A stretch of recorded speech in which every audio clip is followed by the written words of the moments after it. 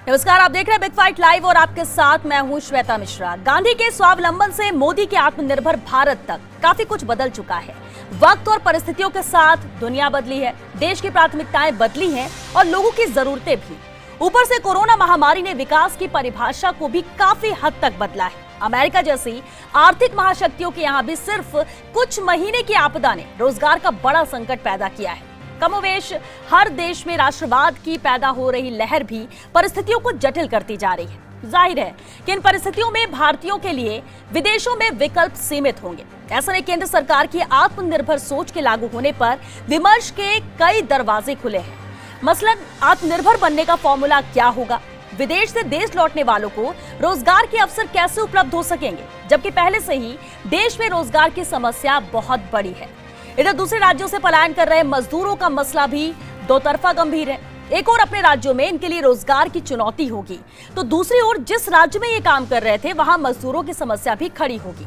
ऐसे में राज्यों की चुनौतियां काफी बढ़ जाएंगी। तो क्या आत्मनिर्भरता का सूत्र लागू करने के लिए केंद्र से ज्यादा राज्यों का रोल होगा?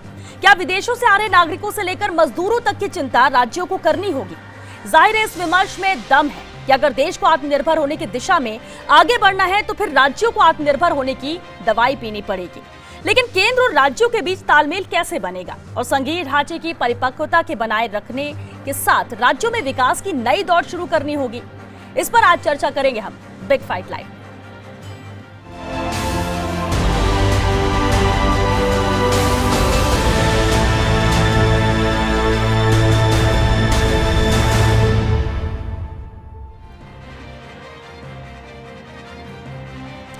आत्मनिर्भर राज्य तो बनेगा आत्मनिर्भर राष्ट्र, इसी पर हम चर्चा करेंगे हमारे बेहद खास मेहमानों के साथ। चलिए उनसे रूबरू करा देते हैं आपको। हमारे साथ हैं मुख्य सचेतक महेश जोशी जी, पूर्व मंत्री वासुदेव देवनानी जी हमारे साथ हैं, राजस्थान बेरोजगार संघ के अध्यक्ष दीपेंद्र शर्मा जी और साथ ही आर्थिक जानकार डॉक्टर अंबिका ढाका जी भी हमारे साथ हैं। आप सभी का बहुत स्वागत है बिग फाइट लाइव में। शुरुआत महेश जी आपसे ही करते हैं। आत्मनिर्भर राष्ट्र की बात यहाँ पर की, प्रधानमंत्री ने मैसेज भी दिया और हर कोई ये चाहता है कि आत्मनिर्भर राष्ट्र बने, लेकिन वो तभी संभव है जब राज्य आत्मनिर्भर होंगे।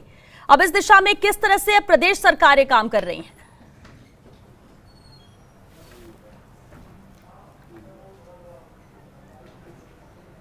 देखिए, मैं इस बात का पक्षधर हूं कि हम सब आत्मनिर्भर बने, लेकिन केंद्र सरकार को जो फैसले लेने हैं, चाहे वो आर्थिक पैकेज की बात हो, रोजगार को बढ़ावा देने की बात हो, जैसा कि अभी आपने खुद कहा कि जब तक राज्य आत्मनिर्भर नहीं होंगे हम देश को आत्मनिर्भर करने के बारे में जो सोच रहे हैं उसको पूरा नहीं कर पाएंगे। जो कुछ पैकेज की घोषणा हो रही है, जो योजनाएं बन रही है, उनको किस तरीके से क्रियान्वित होना है, इन सब में जब तक राज्यों की भूमिका नहीं होगी तब तक हमारे लिए बहुत मुश्किल होगा कि हम इन योजनाओं को क्रियान्वित कर सकें। इसलिए जो पैकेज की बात की गई, उस पैकेज के उसके डिस्ट्रीब्यूशन में कह लें, उसके इम्प्लीमेंटेशन में कह लें, इसमें राज्यों की मुख्यमंत्रियों की रायशुमारी आवश्यक है।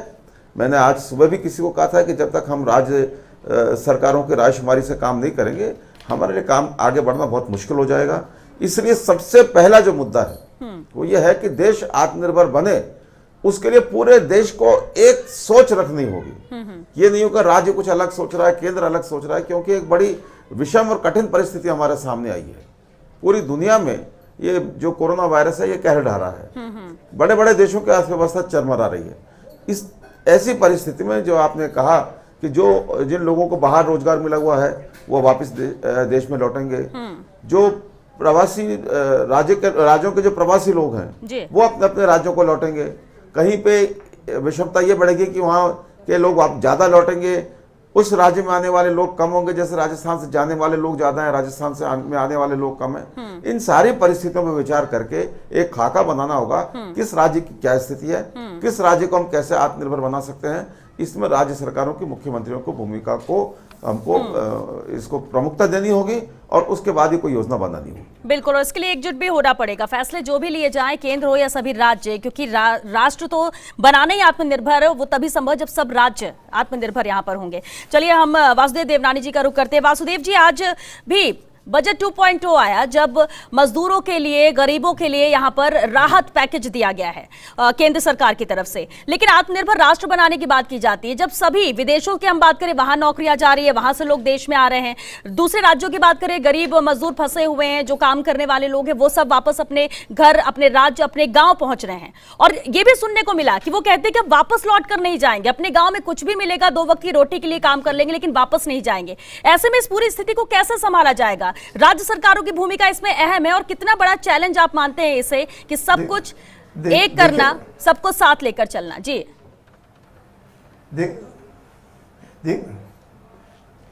देखिए श्वेता जी, देश आत्मनिर्भर एक दिन में नहीं बनता।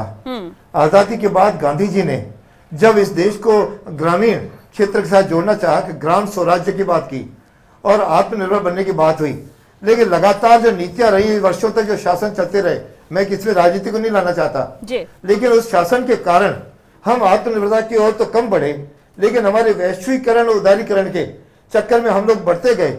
वास्तव में राज्य तो क्या, जब तक ग्राम जो है, हमारा गांव आत्मनिर्भर नहीं होगा, तब तक राज्य आत्मनिर्भर नहीं होगा, और राज्य आत्मनिर्भर होगा तो देश आत्मनिर्भर नहीं होगा। इसके लिए जो अब ये मजदूरों की आपने बात कही, मुझे लगा कि 4 करोड़ से अधिक इस तरह के मजदूरों का एक राज्य से दूसरे राज्य जाना या विदेशों से भारत में आना, ये बहुत बड़ी त्रासदी है। अब क्योंकि हर व्यक्ति के मन में ये आ गया कि मैं अपने गांव में रहूं, मैं कहीं भी स्वस्थ रहूं, या जो भी कुछ 2 रोटी खानी है मैं अपने गांव में खाऊं, ये होना स्वाभाविक है। इसके लिए वो अपने गांव गया है। अब गांव के अंदर मुझे लगता है कि आमूलचूल जो नीति में लाना पड़ेगा, वह लाना पड़ेगा कि एग्रो बेस्ड इंडस्ट्रीज अपने को स्थापित करनी पड़ेगी, ताकि उस आधार पे वह ग्रामीण वहीं रहे। और मेरा तो एक सुझाव है, चाहे वो राज्य सरकार करे चाहे केंद्र सरकार करे, कि जो अभी प्रवासी मजदूर लौटे हैं वो वहां पे निश्चित रूप से जो उत्पाद होता है उनके साथ वहां जो स्थानीय ITIs हैं वो उनको वैसी ट्रेनिंग दें, यहाँ जो है वो ऐसी ट्रेनिंग रहे, ताकि निश्चित रूप से जो गांधी जी का और दीनदयाल जी उपाध्याय का एक स्वप्न था कि हम स्वदेशी के आधार पर, इसमें तो ये लॉन्ग टर्म जरूर चल सकता है।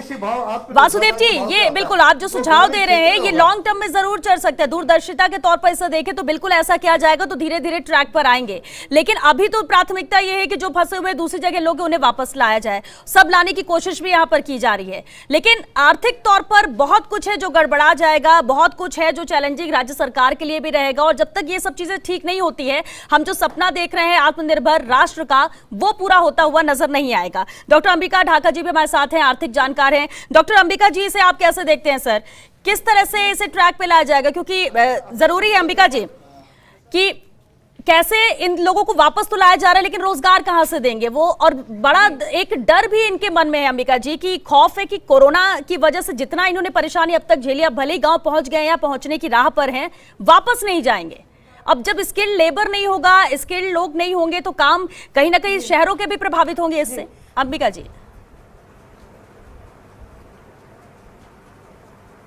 बिल्कुल श्वेता जी, देखिए कि अभी वर्तमान जो कोरोना वायरस के चलते जो स्थिति पैदा हुई है, उसने अचानक से कुछ ऐसी स्थितियां पैदा कर दी हैं कि कुछ भी इसमें राह निकाल पाना बड़ा मुश्किल है, जिसमें मुख्य रूप से जो प्रवासी भारतीय हैं जो कि बाहर से वापस भारत की ओर आ रहे हैं, जिनके लिए भी आप कहें कि सरकार बहुत प्रयास कर रही है, तो सबसे विषम चुनौती है, क्योंकि ये स्किल्ड लेबर है जो भारत में आ रही है, और ये पॉपुलेशन भारत में आकर के अगेन प्रेशर क्रिएट करेगी।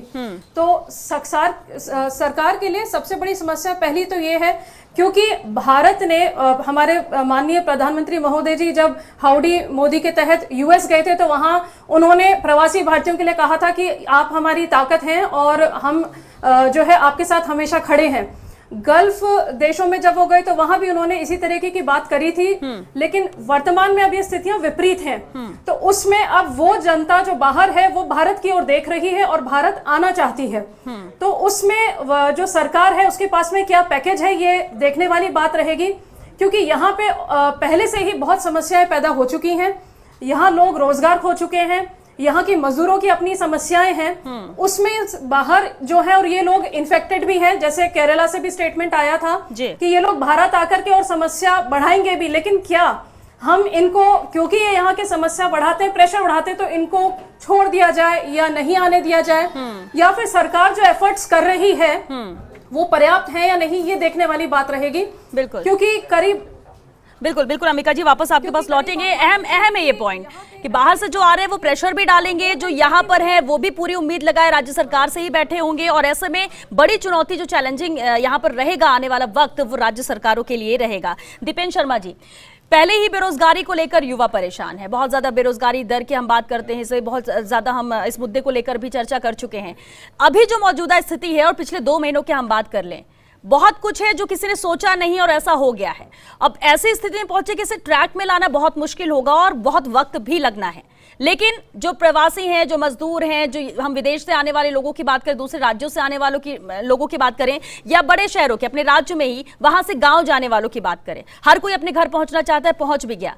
लेकिन किस तरह से अपना रोजगार चलाएंगे, किस तरह से अपना घर चलाएंगे, किस तरह से अपना पेट पालेंगे और परिवार का? समस्या बहुत गंभीर है और शायद ये बहुत लंबे समय तक चलने वाली समस्या है। ये आज हम चाहें कि लॉकडाउन 3 हो गया, 4 के बाद ख़त्म हो जाएगी, तो ये बहुत पॉसिबल नहीं है। लेकिन सरकारें जो भी हों, चाहे केंद्र सरकार हो चाहे राज्य सरकार हो, संघीय परिदृश्य में आपसी मतभेद को बुलाकर पॉलिटिकल पार्टीज़ को अपने राजनीतिक एजेंडे को दूर रखते हुए एक समाज सेवा के लिए काम करना होगा। दूसरी चीज़, जो मजदूर हैं वो मजदूर किसी भी राष्ट्र के लिए एक नींव का पत्थर होते हैं। राज्यों को बनाने में, उत्पादन करने में कहीं ना कहीं मजदूरों का बहुत बड़ा हाथ होता है। 70% जनता भारत की अनएम्प्लॉयमेंट की स्थिति में खुद का रोजगार करती है। 75% जनता जो है कि सरकार दिखते नहीं कि डायरेक्ट रोजगार में है, वो किसी की डिपेंड है, किसी पे डिपेंड है। जब वो फैक्ट्रियां बंद हो गई, वो रोजगार बंद हो जाएंगे, वो कारखाने बंद हो जाएंगे, तो नो डाउट सरकार के सामने एक बहुत बड़ी समस्या आने वाली है।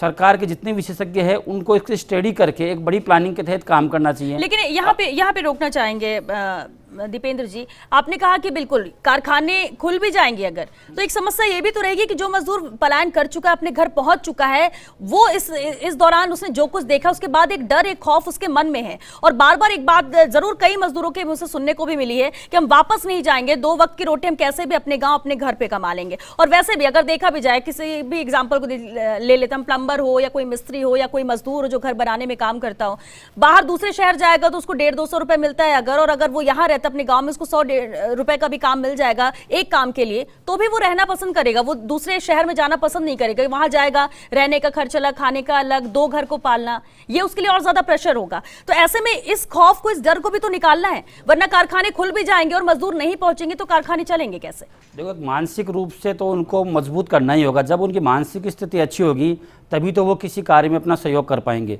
दूसरी चीज, राजस्थान के मजदूर बाहर जा रहे हैं, बाहर के मजदूर यहाँ आ रहे हैं, तो सरकारों को एक प्लानिंग करनी होगी कि उनको जिस क्षेत्र में वो रह रहे हैं वहाँ जब तक व्यवस्थाएं उनके माकूल नहीं हो जाती तब तक उनके लिए एक बड़ा राहत पैकेज उनको देना होगा, न कि बड़े बिजनेसमैनों को। चलिए महेश जोशी जी, क्योंकि हमारे साथ बने हुए हैं और लगातार सरकार जिस तरह से बड़े फैसले ले रही है उस पर भी सहभागी रहे हैं।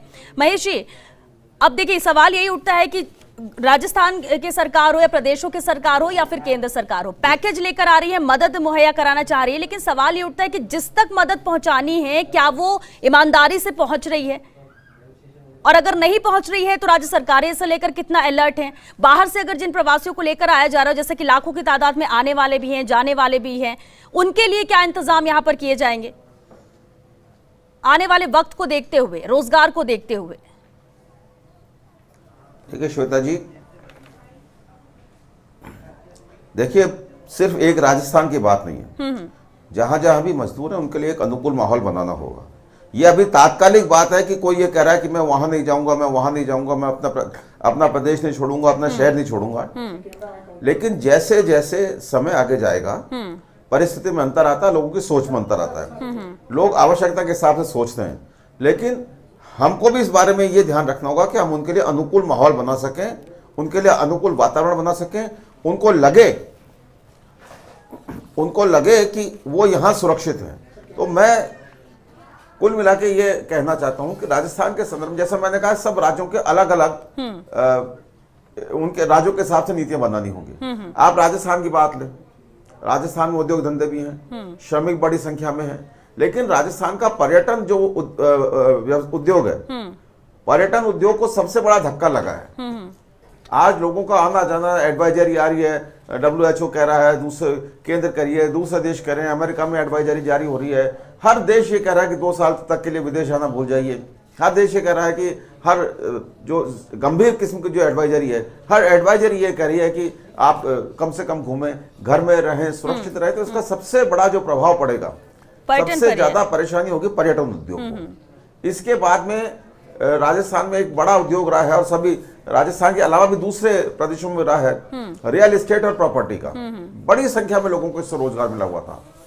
तो आज हमको ये भी देखना होगा कि मैंने परसों भी माननीय मुख्यमंत्री अशोक गहलोत जी के साथ वीसी में मैंने निवेदन किया था कि आपको अफोर्डेबल हाउसिंग स्कीम की पॉलिसी बनानी होगी, को आगे बढ़ाना होगा। आपको रेंटल जो मजदूरों के रेंटल मकान है वो बड़ी संख्या में बनाने होंगे। एक एक मकान में 100-100, 200-200, 300-300, 400-400 मजदूर जब रह रहे हैं, चाहे वो दस्तकार हों, दूसरे मजदूर हों, तो उनके जीवन का स्तर का हम अनुमान आसानी से लगा सकते हैं। बिल्कुल महेश जी, क्योंकि आज वित्त मंत्री निर्मला सीतारमण ने भी यहाँ पर जो बजट दिया है, जो मदद, बिल्कुल महेश जी, जो मदद दी गई है मजदूरों के लिए, किसानों के लिए, आप मानते हैं उससे बहुत कुछ मदद हो सकेगी? ये मददगार साबित होगा बजट? महेश जी देखिए, अभी इसके क्रियान्वित कैसे होती है इस पर निर्भर करता है। चलिए मैं इस बात का पक्ष हूं, सिर्फ राजस्थान की बात नहीं है। मैंने अभी थोड़ी देर पहले भी कहा, मैं पहले से कहता हूं, जब तक राज्यों को विश्वास में लेकर पैसे खर्च करने की नीतियों को क्रियान्वित करने की दृष्टि से हम राज्यों की सलाह नहीं लेंगे, राज्यों को आगे रखकर काम नहीं करेंगे, तब तक बहुत मुश्किल हो जाएगा। ठीक है, हर राज्य की अपनी अलग समस्या है। बिल्कुल बिल्कुल सर, लौटे आपका वासुदेव जी आपने भी सुना महेश जी को, और बिल्कुल ठीक बात है कि इम्प्लीमेंट करना एक बड़ा उत्तरदायित्व होता है, बड़ी जिम्मेदारी होती है। वासुदेव जी, आज भी अनाउंसमेंट तो बहुत अच्छा हुआ, कहाँ कैसे पैसे खर्च होंगे, कैसे मदद मिलेगी, ये तो हुआ, लेकिन इसे इम्प्लीमेंट कराना वो भी ईमानदारी के साथ, ये ज्यादा जरूरी है। जी वासुदेव जी। श्वेता जी, अभी मोदी जी ने जिस प्रकार से 20 लाख करोड़ का पैकेज दिया, और आज सीतारमण जी ने जो कुछ कहा, उसमें निश्चित रूप से है कि पहले तो मजदूर के खाने पीने की व्यवस्था की, आके 1 नेशन 1 राशन कार्ड ये जो लागू किया, मैं समझता हूँ ये मजदूरों के लिए और जो प्रवासी मजदूर हैं इनके लिए बहुत लाभकारी होगा कि उनको अपने स्थान पर ही उसी राशन कार्ड पर आपको 5 किलो अनाज या दाल वगैरह सब मिल पाएगी। एक दूसरा, इस नीतियां जो है उन्होंने पैकेज तो दे दिया, और उसकी क्रियान्वित तो राज्य सरकार पर निर्भर करेगी, लोकल मशीनरी पर रहेगी। लेकिन यदि राज्य सरकारें ईमानदारी के साथ केंद्र की भावनाओं का आदर करते हुए उसकी क्रियान्वित करेंगी, तो निश्चित रूप से ये जो बीमारी का एक कोरोना आया है, ये एक अवसर में तब्दील होगा, और इसे देश आत्मनिर्भर की ओर जो वर्षों से एक सोच रहा है, वास्तव में आत्मनिर्भर बन पाएगा। यदि राज्यों के मंशा, आपने कहा कि मंशा, आपने कहा वासुदेव जी आपने कहा मंशा स्पष्ट होगी, राज्य सरकार समझे भावनाओं को केंद्र सरकार की। उल्टा भी तो हो सकता है, केंद्र सरकार भी राज्य सरकारों को समझे, उनके मत को समझे, और कैसे बेहतर किया जा सकता है, एकजुट होकर मिलकर किया जाए तो इंप्लीमेंट हो सकता है ईमानदारी के साथ। इसमें कोई इफ एंड बट नहीं है, इसमें कोई राजनीति भी नहीं है। श्वेता जी, इन्होंने महत्व, वही तो कह रहा हूं, मैंने इनका महत्व समझ करके 5 बार वीडियो कॉन्फ्रेंस की है, प्रत्येक मुख्यमंत्री को सुना है। लेकिन चाहे बंगाल के मुख्यमंत्री हो या राजस्थान के मुख्यमंत्री हो, सिवाय मोदी जी की आलोचना के अलावा इनके मंत्री लोग कुछ करते नहीं है। केंद्र की योजना में कोई सुझाव, देखिए आपने पश्चिम बंगाल, सुनिए वासुदेव जी आपने पश्चिम बंगाल के मुख्यमंत्री का जिक्र किया, बिल्कुल उन्होंने तो कहा कि 0 है, 0 है ये। लेकिन राजस्थान के मुख्यमंत्री ने तो नहीं कहा कि बजट ठीक नहीं है या क्या है, इंप्लीमेंट क्या करना है उसकी बात हो रही थी, डिटेलिंग जब आएगी उसकी बात कही थी। उन्होंने ये तो नहीं कहा कि कुछ ठीक नहीं है, जैसे आप आरोप लगा रहे हैं। देखिए राजनीति नहीं सर। देखो, राजस्थान के मुख्यमंत्री ने भी एक भी बार प्रधानमंत्री की सराहना नहीं की, जबकि प्रधानमंत्री जी यहाँ के अशोक गहलोत की सराहना कर चुके हैं। इनके मंत्री कैसे सराहना? अभी आपके माध्यम से आग्रह, वासुदेव जी, अभी क्या ये वक्त है कि बैठ के सराहना की जाए एक दूसरे की? अभी क्या ये वक्त है कि अभी सब सराहना करें और इसको भी लेकर हम बैठ जाए कि उन्होंने तारीफ नहीं की, उन्होंने सराहना नहीं की? दीपेंद्र जी, नहीं, ये गांधी की समन्वय स्थापित करना, गालियां और आलोचना करने से ठीक है। देवनानी जी ने गांधी जी की बात स्टार्ट करी कि गांधी के देश में स्वराज्य की अवधारणा होनी चाहिए, लेकिन क्या गांधी जी के देश में मद्य निषेध, शराब निषेध की बात नहीं थी? सरकारों का विजन ही खत्म हो गया। रेवेन्यू जनरेट करने के लिए उन्होंने शराब की दुकानें खोली, चाहे केंद्र सरकार हो चाहे राज्य सरकार हो। क्या गांधी की अवधारणा के खिलाफ नहीं कि ये बातें? लेकिन अर्थव्यवस्था भी तो ट्रैक में लाना है, और एक बड़ा सोर्स है, एक तरीका है, बड़ा सोर्स है, तरीका ये नहीं है लेकिन एक बड़ा सोर्स है। बड़ा सोर्स है मैडम, आपकी बात समझ रहे हैं सब चीजें। लेकिन जिस तरह से शराब की दुकानों के बाहर लाइनें लगी, पुलिस को वहां डंडे बरसाने पड़े, तो क्या जितने दिन लॉकडाउन का पालन हो रहा था तो क्या वो लॉकडाउन के नियमों का उल्लंघन नहीं हुआ? पहले दिन की तस्वीरें हाँ, थी। हाँ, क्या उसमें थोड़े थोड़े प्लानिंग के हिसाब से काम करते हैं? और क्या एक शराब भी देश में ऐसी व्यवस्था हो गई कि सरकारें शराब के भरोसे ही चल रही हैं? जहां आप गांधी जी को अपना आदर्श मान रहे हैं और गांधी जी की हर जगह बात करी जा रही, तो क्या गांधी जी ने मद्य निषेध का वो लेकिन इसका आपने कहा कि सरकारें चल रही हैं, लेने वाला कौन है? लेने वाला आमजन ही है ना। आमजन को भी समझनी चाहिए चीजें, आमजन को भी समझनी चाहिए। मैं किसी एक पक्ष की बुराई नहीं कर रहा। ठीक है, देवरानी जी कुछ कह रहे हैं इस पर। देवरानी जी,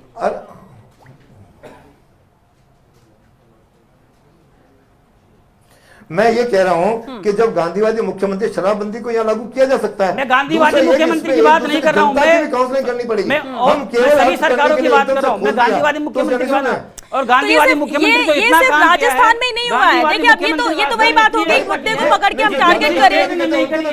मनरेगा में चलिए ठीक है, चलिए ठीक है। महेश जी का रुख कर लेते हैं।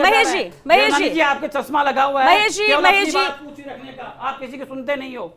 ठीक है, इससे पहले भी बेरोजगार युवाओं ने आपसे बहुत परेशान होकर आपका खूब विरोध किया। ठीक है दीपेन जी, एक मिनट। ठीक है, नहीं तो पैसे तो आपके और स्टेट में आपकी सरकार है। चलिए ठीक है, महेश जी सरकार है, एक मिनट दीपेन क्यों नहीं हो रहे? एक मिनट दीपेन जी, राजस्थान में क्यों? देखिए सर, फिर वही कह रही है, मुद्दा राजनीति करने का नहीं, किस सरकार ने क्या किया, किसने किसकी तारीफ की या नहीं की। अभी एक तरफ आप लोग बात करते हैं कि मिलकर काम करना है, दूसरी तरफ यही मुद्दा लेकर आ जाते हैं सर। महेश जोशी जी, चलिए ठीक है, इच्छा शक्ति होती राज्य। ठीक है दीपेन जी, एक मिनट सर, वक्त खत्म हो रहा है क्योंकि। महेश जोशी जी, सर एक लास्ट कमेंट जरूर आपसे चाहेंगे कि क्या सवाल राज्य सरकार पर उठ रहा है या शराब को लेकर उठ रहा है, क्यों खोला गया, ये सब चीजों से इतर राष्ट्र के निर्माण में, आत्मनिर्भर बनाने में राज्यों का अहम योगदान रहेगा। क्या राजस्थान इसके लिए तैयार है? इन प्रवासी मजदूरों, गरीबों की हम बात करें क्योंकि पूरी तरह से फोकस इन्हीं पर है और इन्हें किसी तरह से स्टेबल करना होगा। जी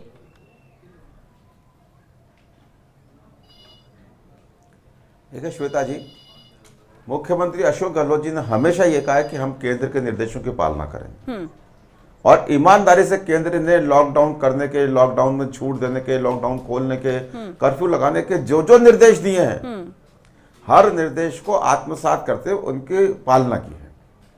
इसलिए ये आरोप लगाना कि मुख्यमंत्री अशोक गहलोत तारीफ नहीं कर रहे हैं, अरे तारीफ करने से ज्यादा बड़ा काम कर रहे हैं, उनके निर्देशों की पालना कर रहे हैं। राजनीति नहीं करने की बात कह दी। देवनानी जी मेरे वरिष्ठ हैं, मेरे बड़े भाई जैसे हैं, लेकिन जितनी सारी बातें थोड़ी देर पहले हुई हैं वो राजनीति से इतर है। महेश जी को बात ये करनी चाहिए, मैं आपसे शुरू से कह रहा हूँ कि राज्यों को, केंद्र को मिलकर काम करना है।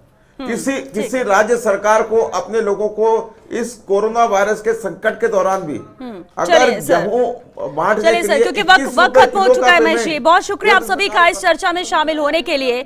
तो आत्मनिर्भर बनेगा राष्ट्र कैसे बनेगा? जब राज्य आत्मनिर्भर होंगे। राज्य आत्मनिर्भर कैसे होंगे? जब सब एकजुट होकर काम करेंगे। बाहर से लाना है, ये हमारी भी जिम्मेदारी बनती है, सरकारों की जिम्मेदारी बनती है। जो हमारे लोग वहां बाहर फंसे हो, चाहे वो विदेशों में हो, दूसरे राज्यों में हो, किसी भी शहर में हो, किसी जिले में हो, अपने घर तक पहुंचना चाहते हैं तो जिम्मेदारी सरकार की है। लेकिन वापस लाकर उनको वापस ट्रैक में लाना, उनको रोजगार मुहैया कराना किस तरह सरकार करेगी? कहीं ना कहीं लेआउट पूरा बनाना होगा, तैयार करना होगा। अगर कोई वापस मजदूर नहीं जाना चाहेगा तो उस स्थिति में भी क्या किया जाएगा? स्किल लेबर वापस नहीं जाएंगे तो काम आगे कैसे बढ़ेगा? ट्रैक में सब चीजें वापस लाना आसान नहीं होगा, वक्त भी इसमें लगेगा, लेकिन कहीं ना कहीं मानसिक तौर पर तैयार होना होगा, एकजुट होना होगा, राजनीति से इतर काम करना होगा। ऐलान करने बस से कुछ नहीं होगा। चलिए 6 बिग फाइट लाइव में आज के लिए बस इतना ही।